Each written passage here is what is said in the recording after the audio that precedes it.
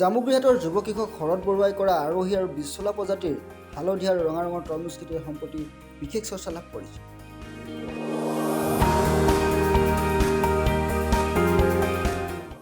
দুবিঘাৰো অধিক মাটিত কৃষকগৰাকীয়ে এই নতুন প্ৰজাতিৰ তৰমুজ খেতি কৰি স্বাৱলম্বী হোৱাৰ লগতে যথেষ্ট ধন উপাৰ্জন কৰিবলৈ সক্ষম হৈছে। পূৰ্বে ৰং বিৰঙৰ ফুলকবি আৰু ষ্ট্ৰবেৰীকে ধৰি ঋতু অনুসৰি বিভিন্ন খেতি কৰি বিশেষ সমাদৰ লাভ কৰিছে যুৱ কৃষক শৰৎ বৰুৱাই। সৰুৰ নেদাৰলেণ্ডৰ কলা জিকা খেতি কৰি ৰাইজৰ সমাদৰ লাভ কৰিবলৈ সক্ষম হৈছিল তেওঁ।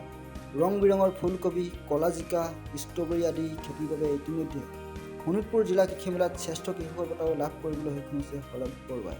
শেহতীয়াকৈ আদৰ্শ কৃষক শৰৎ বৰুৱাই কৰা আৰোহী আৰু বিচলা বীজ যোগান ধৰা কোম্পানীটোৰ বিষয়া অস্মত আলিয়েও পৰিদৰ্শন কৰে তেওঁৰ তৰমুজৰ খেতিডৰা।